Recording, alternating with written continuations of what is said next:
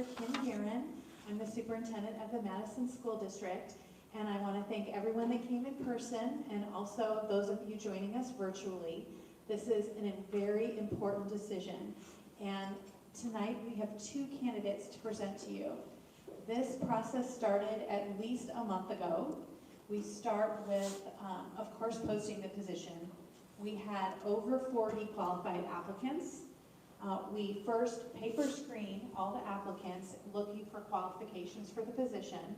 Then we send them out a written assessment where the candidates have to answer a variety of questions, and it's a timed process. I've done it myself. It's very stressful. Once we read everyone's answers, then we decide who we want to interview at district office. So then we have cabinet interviews, and we do that in person. Once we have cabinet interviews, we decide who we think the finalists should be. So the candidates you're going to see tonight have gone through a multi-step process to get here. Today, they also had an in-person interview with a community committee made up of teachers, parents, staff members, and that was about a 45-minute formal interview process. So we will get input from that group, and then we're also going to get input from you tonight. The reason we have all that process ahead of this is we only want to bring to you candidates we feel could absolutely be extremely successful at Roselane. So we absolutely believe in both of these candidates. So now it's about fit. So think about what you need, your child needs if you're a parent, if you're a staff member, an employee, what do you need in a leader? And of course, it's very hard to fill Ms. Devine's shoes. She's been an incredible leader for us. So this is really about the next leader of Roselane and who is going to enhance your signature program, support learning, support the staff, and about best fit. We've taken all your questions. We want it to be really reflective of what you want to ask and what you need to know to make the best decision. There is a feedback form that Mr. George will tell you a little bit about. We want to get your feedback on the candidates. And there's also an opportunity for those of you watching at home to provide feedback. So I'm going to pass it on to Mr. George, who's going to be our moderator tonight. Thank you. I'm going to see and just make sure that my little pocket microphone is working okay. Is it? All right. Thank you. So I'm going to attempt to ask all the questions that I get, things that are very similar. Questions are very similar. I'll just combine together. And I'd like to introduce our first candidate, Miss Kelly Perry. So Miss Perry, come on up. Welcome. We're going to put you at center stage here. And Ms. Perry, we are going to give you an opportunity for the next 2 to 3 minutes to introduce yourself. Okay, wonderful. Well, hello, Roselane community. I am Kelly Perry. I am a 20-year veteran educator in the state of Arizona. I am a proud third-generation public school educator. My grandfather taught in Phoenix Union High School. I'm sorry I have to interrupt because I forgot to do my job. And Oh, give you the good. little I was like, this is really... That was my fault. Okay, I get to start over then. That's Yes, great. Yes, I apologize. It's okay. Check, check. I don't know if they can hear me. You're good. Check, check. I don't think they can hear me. How about if I just hold it? It's for people at home. Oh, I'm used to doing assemblies, and so, okay, it's for the people at home. Great, no pressure, live YouTube, okay. I'll start over.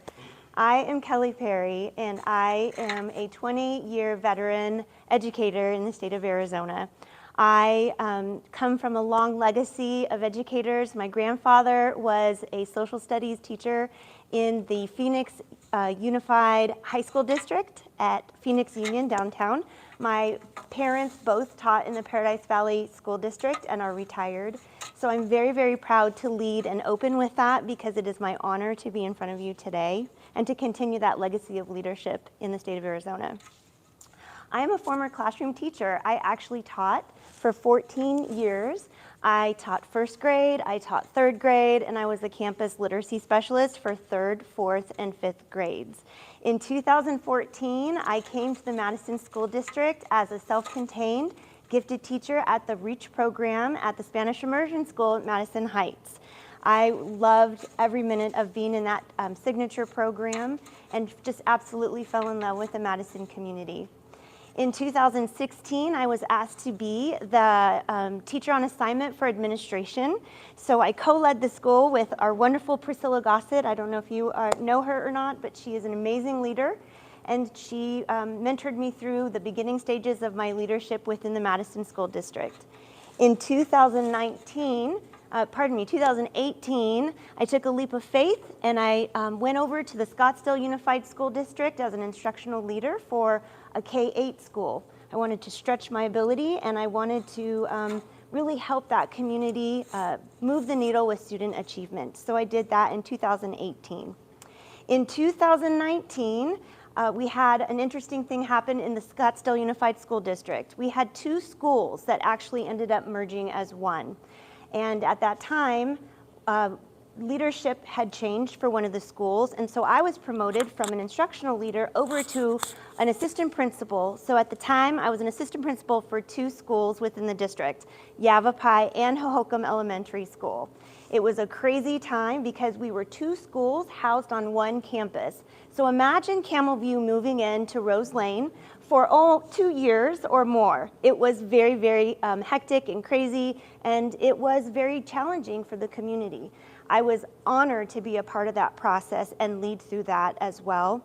And then the pandemic hit in 2020. So not only were we two schools merged as one, we were actually going through the pandemic.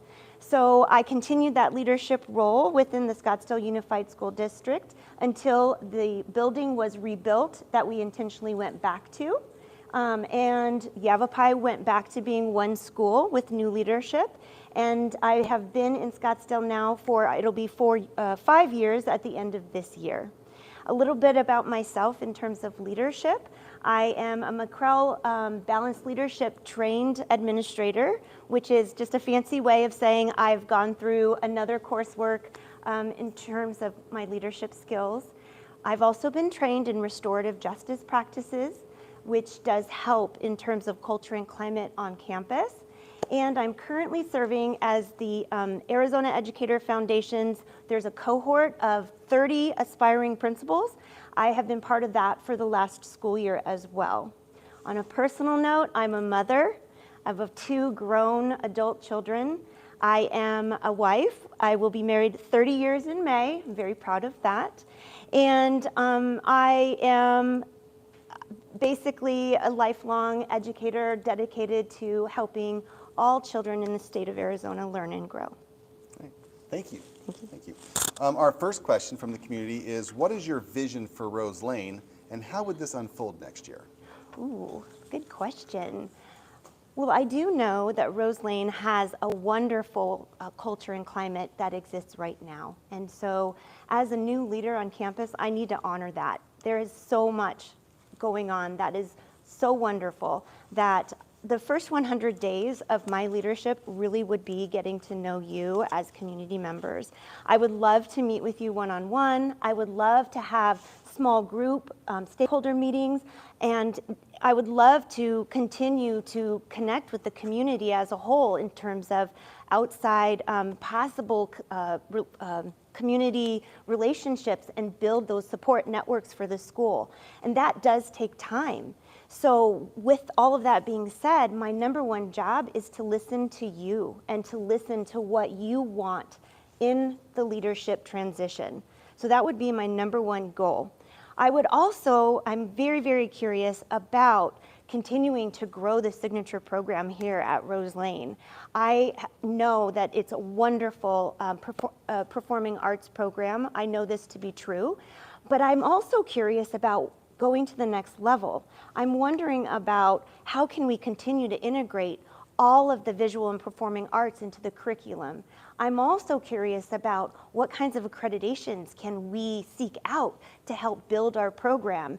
And then I'm also wondering about what other partnerships can we look for in, let's say, Grand Canyon University? They have a wonderful dance program. What about North High School? They have an outstanding visual arts program. So I would love to explore opportunities to continue to build on the wonderful things that Rose Lane has. All right, thank you. Next question. What is your experience working with students in special education, and what is your vision for inclusion in the general ed classroom? Wonderful. So right now I'm at a school that serves 458 students. We have 99 students currently on our campus with IEPs, or individualized education plans. We also have 4 classrooms dedicated to students with IEPs. So 99 students. If you break that down, we do have gen ed students that have IEPs for things like speech and occupational therapy. But like I said, we have 4 classrooms that are dedicated to special education students. We have a Panda pre-K developmental preschool that serves 15 students. We have 20 students in our kindergarten programs that are self-contained. And then we have probably another, I want to say 40 students through 1st and 5th grades in different self-contained programs as well. So I'm very, very familiar with special education. And I will also add that we recently just had a professional development specifically around inclusivity with our ASD students on campus. Dr. Fuller from Arizona State University presented this professional workshop for our campus, and it was incredible. She really gave us the research behind all of the things that are effective with inclusive practices for our ASD kiddos, and a lot of this looks like peer modeling and really setting up structures to create opportunities for our ASD students to connect with other students. So I'm very, very well versed in special education in terms of our students and IEPs, and then of course just recently learning more about ASD. I'm excited to be able to bring these ideas to you at Rose Lane as well. Thank you. What are your thoughts about recess, and how much recess time should elementary students have? Wonderful. Well, I do know it's the state law, so we have to follow the state law. And recess is not only the state law, but before that, backing up, it is critical for our children to be able to move and play. That's how they learn. That's how they build connections with one another. So I am an advocate for recess. That should be in the master schedule. I do not believe in taking away recess from students when there's a discipline issue. I think there's other things we can do together as a team. I always partner with parents when there is a possibility of a discipline issue, and parents love that because I ask parents, or I share with parents, hey, this is what's going on with our kiddo. What are your thoughts? And parents appreciate that. That builds trust. So back to the recess. I am 100% an advocate for recess for our students. I do know it's the law, and it's really, really good for our kiddos' brains to be able to learn and grow when they come back into the classroom. Thank you. Safety is the first of Rose Lane's SOAR behavior expectations. This parent is very concerned about school drop-off and pickup, which in their opinion has increasingly been dangerous over the past few years. Vehicles double parking, red zones. As principal, what will you do to handle such a safety issue? Good question. So safety is the #1 priority that we have as responsibility for all of our children. There are 3 facets to safety on a school campus. The first one is prevention. The second one is preparedness. And then the third one is planning. So when you're looking at a school-wide system, you really want to look at those 3 elements to determine what needs to be addressed in that time frame. As a school principal, it is my job to make sure that #1, prevention strategies are put into place. This looks like making sure that our campus is secure from bell to bell. It looks like gates are locked, doors are not propped, people are wearing badges, guests are checking in. So that's an example of prevention. In terms of planning, that looks like kind of a larger picture because the planning process coincides with the district as well. It starts in the summertime, reviewing different practices, different laws in terms of what's been updated through our local law enforcement agencies.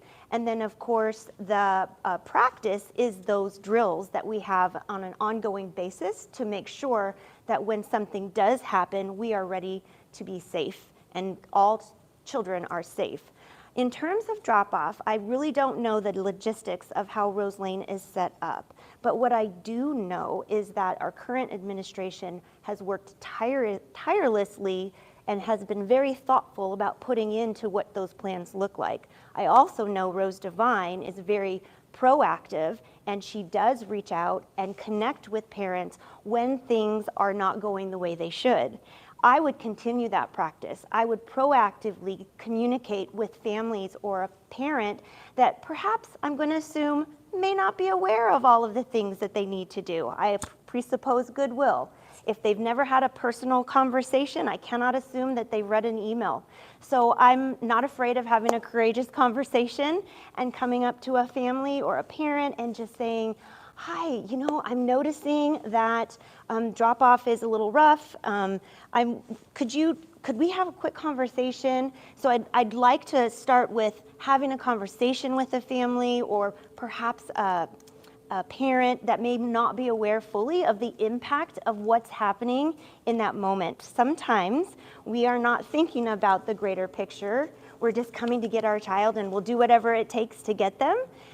We lose sight of the bigger picture and how it's impacting others. And again, if somebody hasn't had a conversation about it, we cannot assume that they're doing it, number one, on purpose, or that they're even aware that it's happening. Okay, thank you. What steps would you take when dealing with an individual student with recurring poor behavior choices? Month after month, year after year. Oh, That's month this after parent's month question. and year after year. Okay.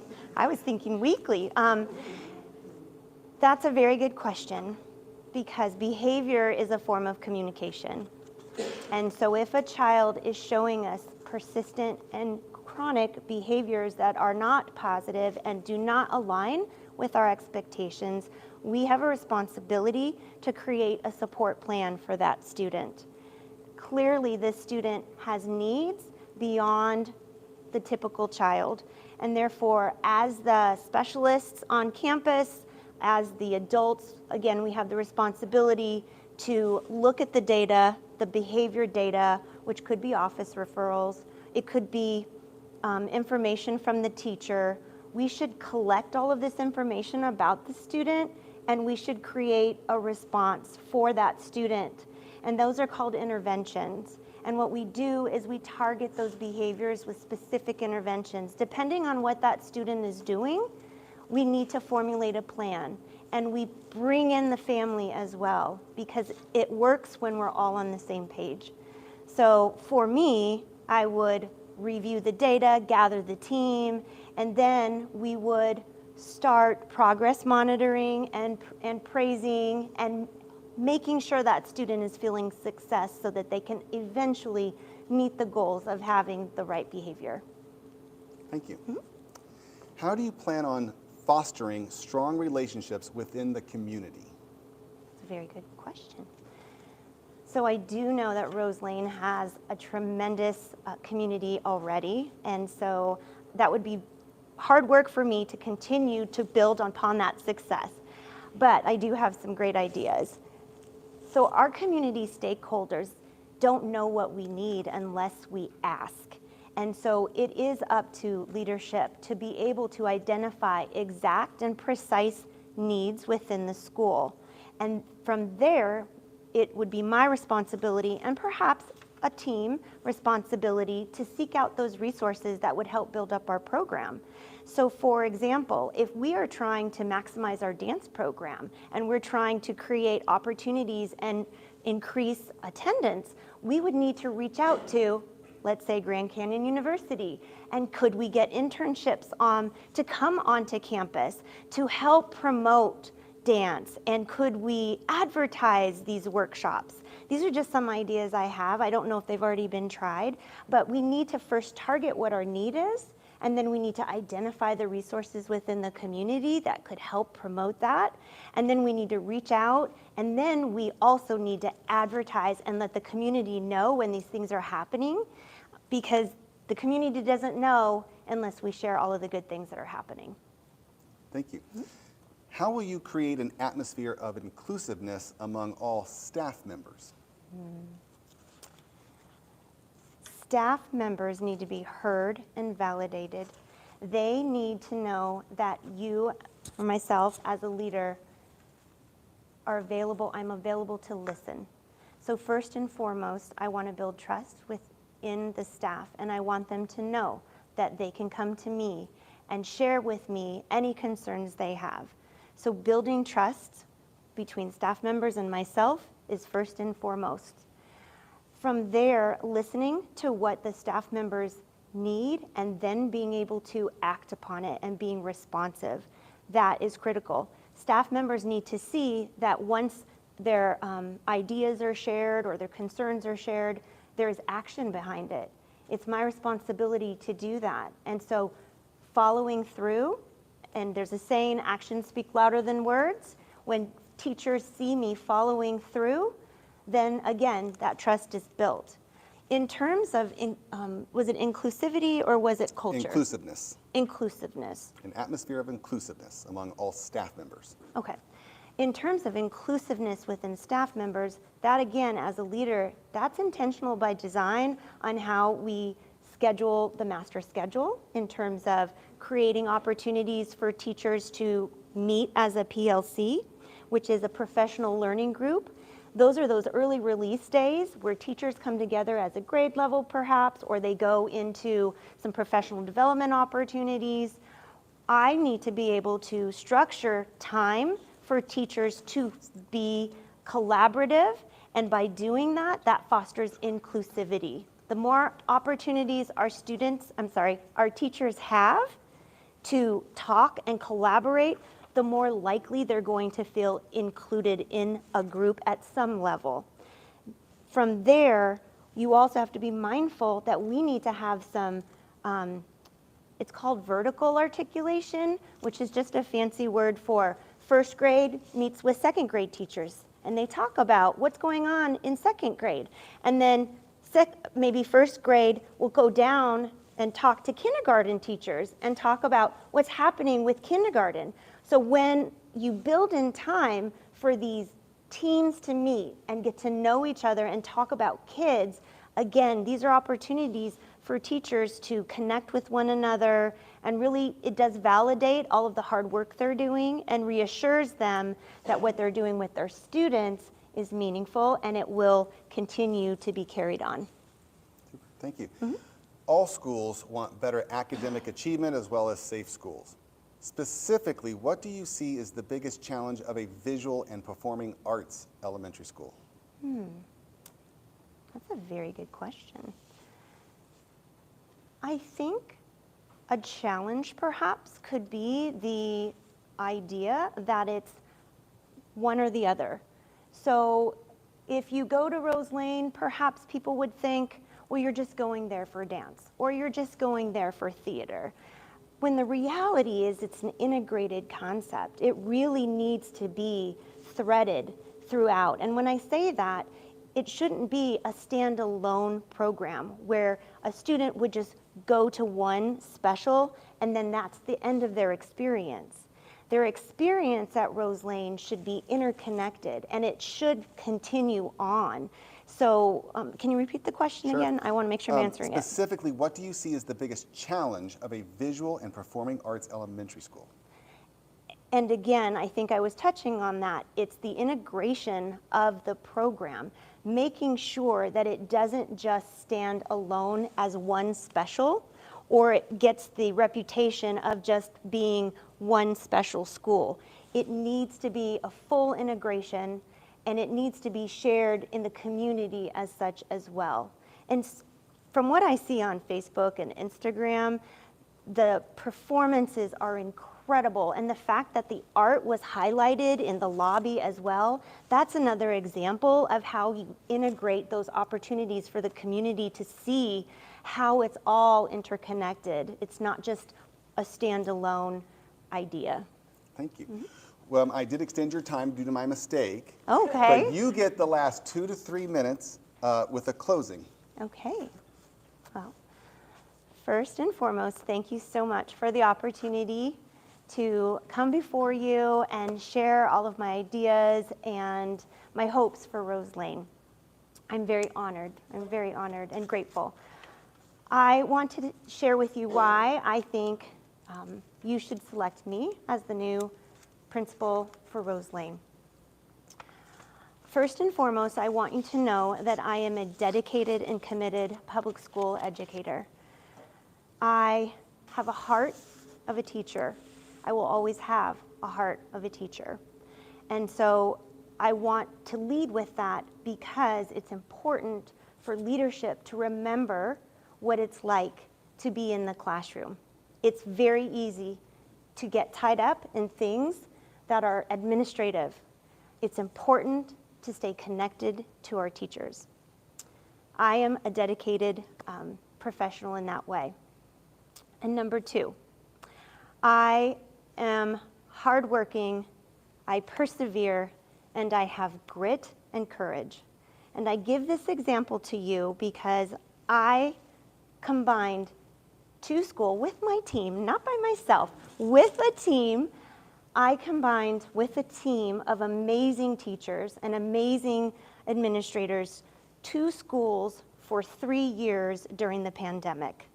It was an incredible challenge. At the end of those 3 years, we had a brand new state-of-the-art school to show for it. And then the school that had the underperforming label went from a D to an A. It had never been done in the Scottsdale Unified School District. I am so proud of our team, and I will share that story over and over again because it took so much from all of us. But yet, we continue on. We were unified at the end, and I'm just so happy to be part of that success story.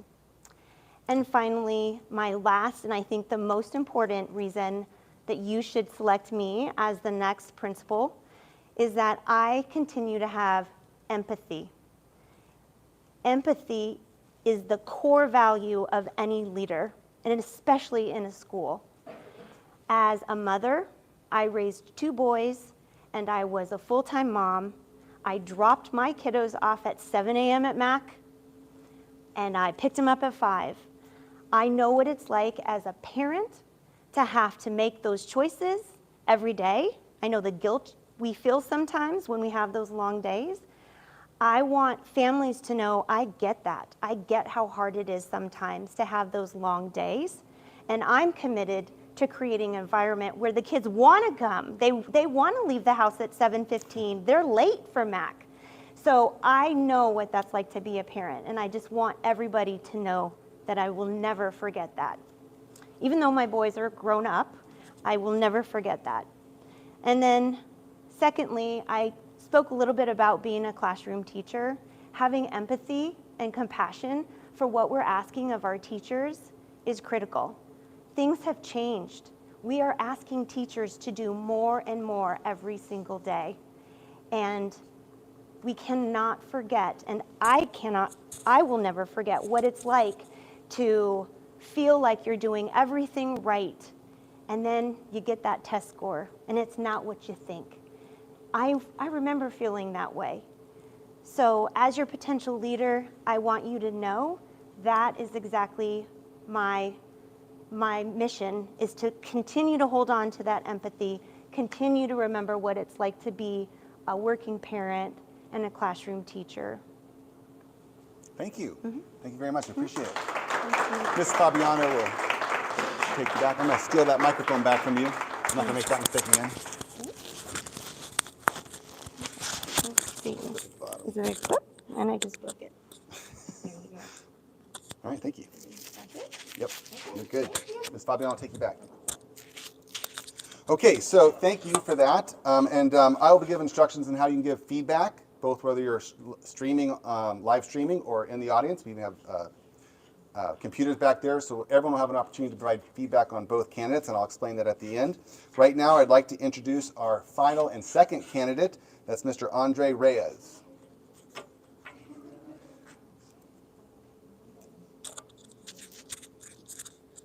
Mr. Reyes, we're going to have you right here. I'm going to put this little clip on you somewhere. I'll let you do it. That's kind of wherever you think might work. Be on your tie. Right here, maybe? There you go. We have some questions from our audience and, All right, wonderful. and such, and I'm just going to get a little organized here. We're going to start off, though, by you get the first 2 or 3 minutes just to introduce yourself. Wonderful. Well, first I want to thank everyone for being here. I want to thank anyone who joined virtually as well. It's a pleasure to be here. It's an honor to be here, and I'm just really thankful for the opportunity. So starting out, my story begins at the Boys and Girls Club, and it actually was a summer job that I was working because I was currently a student at ASU for film and media production, and ended up with this job in the summer and really became passionate about it. I was working on a Native American reservation for some part of that, and then in my hometown of Globe, Arizona for other portions, but really just came passionate about helping youth. And so after that summer, going into my junior year, I decided to go ahead and change my major, and I ended up jumping into a dual certification in education for special education and general education, and never looked back. I was then given the opportunity to work at Nevitt Elementary for 4th grade, and during that time was the EL teacher, was able to be the team lead for the last 3 years of my time there, and also during that time received an award for being the district's rising star, which is, it's kind of like teacher of the year, but it's for kind of a rookie teacher. So I was presented with that, and that kind of showed me like, hey, I can really take this to new heights. I can hopefully have a bigger impact on other people. So that's what allowed me to kind of start my master's program. Ended up going to Grand Canyon University, made a strategic move to go to another school, Fuller Elementary, and really the intent was to stay with my mentor principal at the time. And so he jumped over with me. I got an opportunity to be a special education teacher for students with autism, which was fantastic learning experience. I got a lot of practice with providing inclusive services to students, working with paraprofessionals, so that gave me my first dip into working with adults. And then I was presented with another opportunity to be a math instructional coach in the district, more experience with adults and helping adults and kids. And then finally, an opportunity to be an assistant principal came at the K-8 middle school at Laird Elementary in Tempe. And that was an awesome job, or awesome opportunity, because I was able to work with middle school students, elementary students. We had a preschool there as well. So just a lot of great experience working with adults, helping students, and helping teachers. And then that brought me to Rose Lane. And so I actually heard about this district from one of my instructional coaches at my school when she mentioned that there was the signature program with the performing arts. I really had to jump at that opportunity because my personal background, again, being in film and media production at ASU. I also play piano. I kind of taught myself, learned by ear, or can play by ear, cannot read music. So there was just so many reasons why it just seemed great to me. Just always being passionate about, the visual arts and performing arts, and knowing, when I was a kid, that's what really motivated me to go to school, and what better place to be. So ended up here, and I've just enjoyed it. I'm truly committed to Rose Lane, and I love being here. Thank you. Our first question, what is your vision for Rose Lane, and how will this unfold next year? So it's interesting because having been here now as an assistant principal for 4 years, I feel like it kind of changes my strategy. So my vision in the beginning of the year is to make sure that I'm working with the teachers in the summer, our leadership team, to come up with whatever our focus is going to be for the school year, determining what those needs are. After determining those needs, I really want to revisit the vision for the school. I believe that we want to build our signature program, so continue increasing the amount of involvement we have with the signature program. A big picture would be incorporating some sort of visual arts, because I know right now we have the performing arts. I always talk about how we don't have an assessment that really assesses like students just being happy. I know we have DESA, but it would be so great to have this state assessment that truly measured how happy staff are, how happy students are. So my vision is to have happy students who are achieving students, having that balance between the both of those. So the way that I would do that is I would start the year with making sure we instill a vision, we revisit our vision, we discuss how we believe that all students can be high achievers, students in special education, gifted students, students in general education. With that vision, that would then lead into how I roll out the year. So every decision I'm making is going to be based on data. We're looking at data, we're analyzing it, we're making sure that the decisions we make are based on the data we're seeing. The next would be focusing in on collaboration, making sure collaboration is taking place across all grade levels. PLCs are taking place with teachers. I also think collaboration is happening in the classroom as well. So engagement, making sure students feel engaged. The next step that I would take is making sure our TCT and professional development is aligned with what our plan is that we create in the summer. Those need to be aligned. We're going to be training teachers on things like inclusive practices, classroom management, professional, strategies for instruction. So making sure teachers feel prepared. And then we need safety. So it needs to be a climate of safety, and we need to make sure that that's always put first, because students cannot learn and teachers cannot teach unless they feel like they are safe. And that's physical safety and that's emotional safety. When I say emotional safety, I mean making sure students feel like they have that trusted adult, making sure they feel like they have relationships here, and knowing that they have a place, they have a home here at Rose Lane. And then the last part of that would just be continuing to work with the community, continuing to showcase what we're doing here through our Instagram, through our Facebook, all social media platforms, and making sure people see the great things that are going on here at Rose Lane. Thank you. What is your experience working with students in special education, and what is your vision for inclusion in the Gen Ed classroom? Okay, so as I mentioned in my biography, one of the things that I am really passionate about is special education. I got to spend time actually being a teacher, and my sole purpose during that year that I was teaching that was to provide inclusive practices. And excuse me while I grab a sip of water really quick.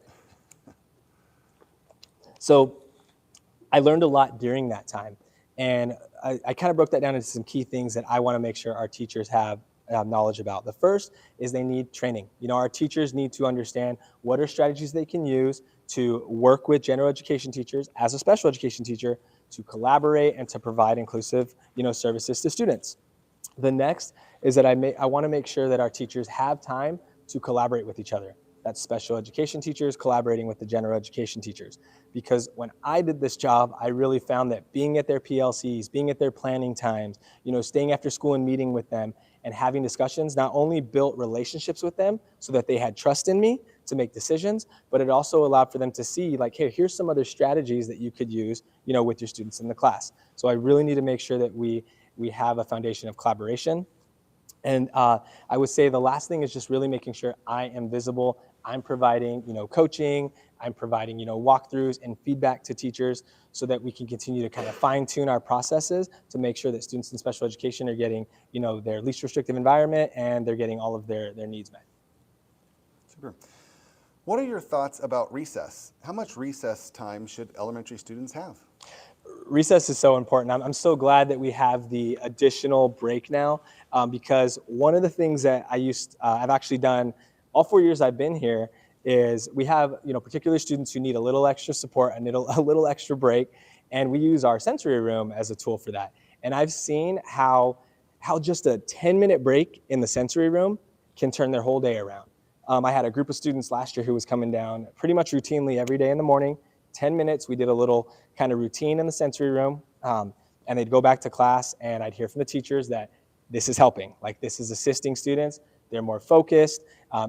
Some of that energy they needed to get out is now out, and they're calm, they're wanting to learn. So I feel like the need for breaks, just like we need breaks as adults, is so crucial. So I think recess plays a huge role in that. Obviously, when it comes to recess, we want to make sure that we have, safety measures in place as well. So we want to ensure that we have staff out there, making sure students are playing safe. We have our Cool Kids recess staff here at Rose Lane. And so I communicate with them pretty much, every week. And we're ensuring, hey, what are things that we can do better? Are students being safe? How are the staff interacting with kids? But recess is crucial. I really think it has a profound impact on the academics. Super. Safety is the first of Rose Lane's SOAR behavior expectations. School drop-off and pickup have become increasingly dangerous over the past few years. Vehicles double parking, parking in the red zones. As principal, what will you do to address such safety problems? Oh, this is a big one. You've probably seen multiple messages from me on Dojo about this.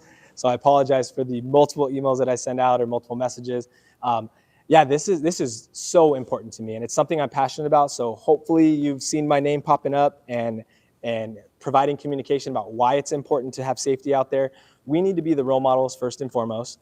So the first thing I do is there needs to be communication going out to parents, and then there needs to be visibility. So you've probably seen me in previous years out at the crosswalk pretty much every morning, walking kids. If someone needs a duty covered, I'm out there. Safety is so important to me. And then when I say I expect, our parents to be the example, I'm out there the next day, visible, out there. You'll see me on the sidewalk, really ensuring that that is taking place and following up on that. So it's not just saying, here's what we need you guys to do for us, or here's how we need to help. It's making sure we have a rationale behind it. Obviously, we do not want students getting hurt out there. We do not want accidents happening. So there's the rationale piece, but then it's also being visible.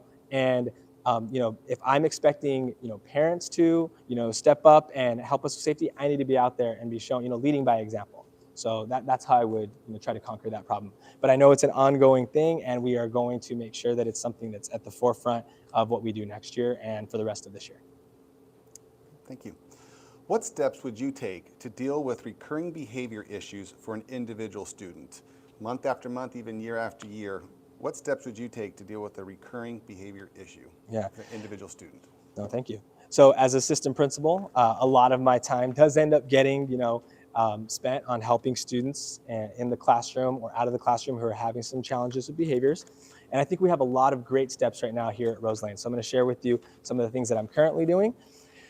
The first thing is really identifying the function of the behavior. So I think what helps with that is relationships. And I know I mentioned that earlier, but the importance of relationships is so crucial. Making sure a student has that one trusted adult. I think that's the first place. Is their teacher someone that they feel like they can go to when they're having challenges? If not, let's see how we can improve that relationship. One of my first suggestions I always make to teachers when they're having trouble with a student is have lunch with that kid. Have lunch with them. It's so many things you can learn from a student in a 20-minute lunch period. And once that student understands that you have that relationship with them or that they can trust you, I think that already puts you in a good position to help with those behaviors. Now, that's not always the case, and challenges can continue to happen. So it's finding out what is their purpose behind that behavior. And then once you've determined what it is, you're looking for how can we motivate that student. Everybody's motivated by something. So we do check-in, check-outs here at Roselane, where we find that trusted adult, student gets to pick them, and they go to that trusted adult and they check in the morning. They have a goal that they need to meet. They have 2 specific behaviors they need to focus on.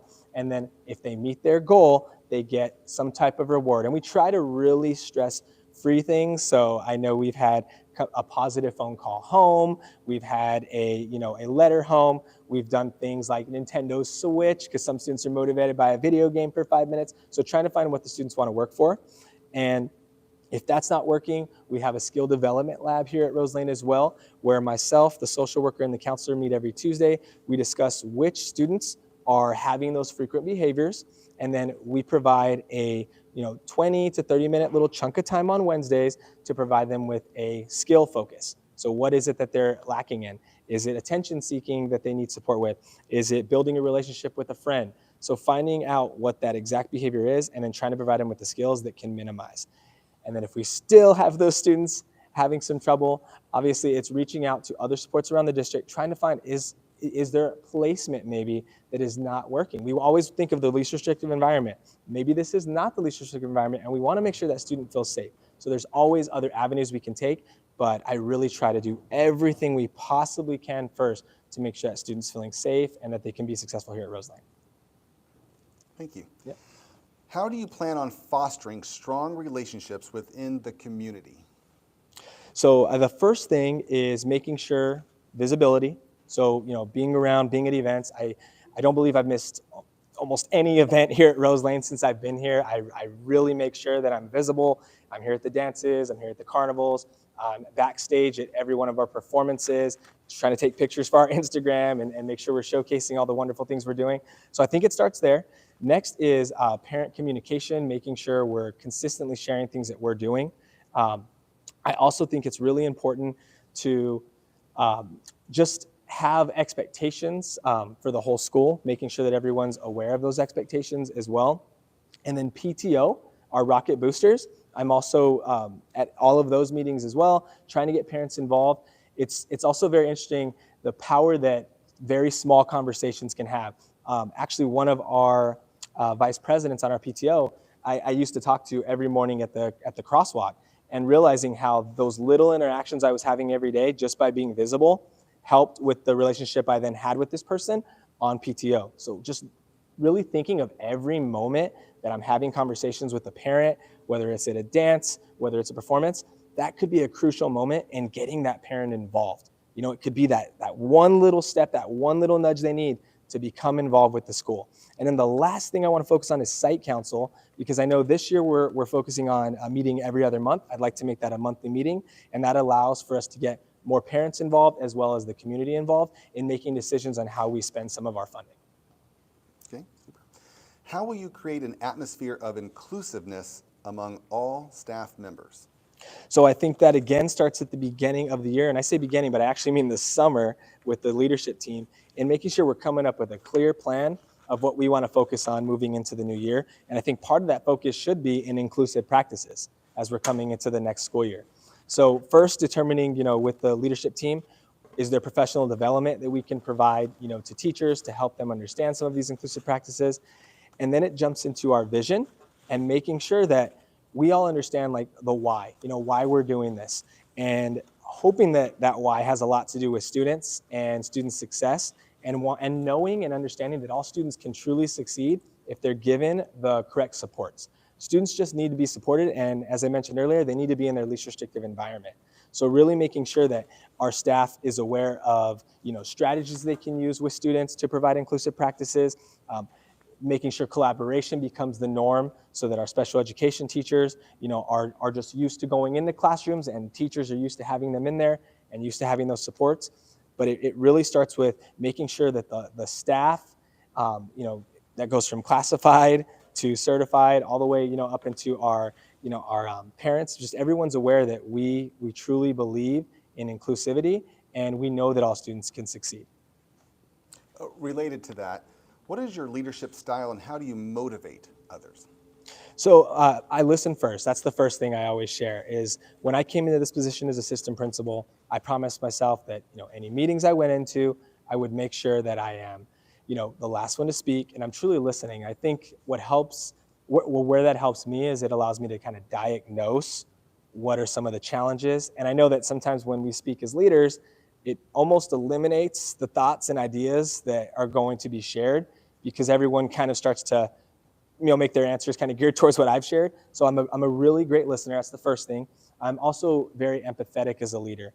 So I make sure that I'm listening, and I'm trying to also put myself in the shoes of whoever it is that I'm listening to, whether that's a student who's having, some behavior concerns, if that's a teacher who's, just overly worked and stressed, if that's a parent who is concerned about their child's well-being at school, trying to, see things from their point of view and really empathize with how they're feeling. And then the major thing I try to embed in my leadership style is like servant leadership. I'm never going to ask my team, and I've said this in multiple meetings, but I'm never going to ask my teachers, my staff, to do anything that I don't believe that I could do. I want to lead by example, and to prove, to show this, some of the things I do is I'll go into classrooms and I'll model a lesson. This year I modeled a 4th grade lesson. I modeled a lesson in 2nd grade. I'm willing to jump in and demonstrate when needed. And I'm willing to lend a helping hand to staff. And you also mentioned motivation, right? Mm-hmm. So for motivating teachers, I think it's really about being passionate first, leading by example, showing that I have that passion to help students. It's also, again, going back to that vision and talking with teachers about, hey, let's kind of remind ourselves why we all got into this. Let's remind ourselves why we're here. We're here for the students. We want students to succeed. And I know, educators, that's many of us in this room, we care about kids. Like, that's why we got into this. But I think sometimes we need to be reminded of those things, and we also need to provide it with supports, because this is a stressful career path, and we need to make sure that we have, things in place to help, staff with their own social emotional learning to keep them motivated. Super, thank you. All schools want better academic achievement as well as safe schools. Specifically, what do you see as the biggest challenge of a visual and performing arts elementary school? I think, well, right now with the way that legislation is moving, I think it's real important that we and just all the things that are happening around the world. I think safety right now is the biggest challenge, and making sure that parents, feel like their child is safe. And I'll go back to what I said earlier. It's not just that physical safety that I want to make sure parents and families feel and teachers feel, but it's that emotional safety. Because we're coming out of the pandemic, and I was fortunate enough to be here during the pandemic, so I had many shoulders to lean upon. But I really think that's the biggest challenge. It's how do we, come to school every day, come to work every day, and truly feel safe. And I think that's really where it comes, that's the ball's in my court in trying to make sure that there are safety measures in place so that our staff feel safe every day, our students feel safe every day, and our parents can send their kids to school knowing that, hey, they're in a safe place. And then when it comes to emotional safety, they're sending their kids to school knowing, hey, they have a friend at school. They have a teacher that cares about them. They have a trusted adult there. And I think there's a lot of things that we can do here at Rose Lane to help with those things. We have our lockdown procedures. We have our fire drill procedures, being consistent with those, communicating with parents and asking for feedback. I think feedback is very important, both from the staff, but also from the community. What can we do better? What are things that you think, we need to improve on? The outside pickup area being one of them, but asking for that feedback and acting on that feedback. Thank you, Mr. Reyes, and thank you for being here tonight. We greatly Absolutely. appreciate you. We're going to give you the last 2 to 3 minutes for a closing. Okay, so I'm just going to share with you why I'd like to be the new principal at Rose Lane. And so it starts with just the fact that I'm truly committed to this school. Last year, I was offered a position as a principal in the Washington School District, and I was conflicted because obviously it was that next step, and I've always been about taking that next step, but I was conflicted. So my girlfriend's here tonight, and I met with my girlfriend, and we were talking about it, and it really came down to a decision about happiness. And so it's never been about a title for me. It's truly been about, where do I feel happy? Where do I feel like I'm at home? And Rose Lane is that place. And so I turned down that position, and I wanted to stay here. I wanted to stay committed to Rose Lane. My heart is here. And then I want to end with just a quick story, and hopefully this will kind of tie everything up. But as a 4th grade teacher, there was a day where I think it was around Christmas time. I got a little gift on my desk, and it was just a small wrapped gift. I went over, kind of unwrapped it. My students were doing their morning work, I believe, and it was just a little Skittles box. And that's all it was, a little Skittles box. I remember opening it up, and there was no Skittles in there, unfortunately. But what I did find in there was all these little knickknacks. So there was like a little doll. There was a little Starburst candy at Skittles, but I think there was like a Starburst candy in there. And I found out it was one of my students who had presented that to me, because she really didn't have anything to give, but that's what she had to give. And so when I took that, it was just, first of all, that's why I'm in this. It reminds me every day, this is why I'm in this, for those kids who will give you everything when they don't have much to give. And so my closing statement is, I will give you guys everything that I can to give. Okay, so thank you. All right, thank you. Okay, and I think you can wait right here. So I want to make sure that I give you, to explain how you can provide us feedback. Make sure you fill out the feedback by midnight tonight, okay? We have computers back there, and do we have handouts for them to do little QR codes on their little pamphlets? Yes, thank you. So if you're here in the audience, you have your little QR code on the pamphlet. You can just click that with your own device, and you can provide feedback on the 2 candidates. For those at home doing live streaming, there's a little link to the feedback form in the description of the video. So you have the little video that you're watching right now. At the bottom, there's a description of the video. You can click on that link, and you can provide feedback for the 2 candidates. We are bringing up, right back over here, thank you. Ms. Perry, come right over here. And this also gives you an opportunity in the audience to actually come up and shake hands and meet the candidates. Okay? Yeah, I'd like to thank you well. both for going through this super easy process. No, it is not an easy process. And thank you. And we do greatly appreciate you. Both did an excellent job, and we're going to give you an opportunity to speak to the audience, let them come up and say hi to you. Wonderful. Okay? Yeah. Thank you. Thank you, Casey.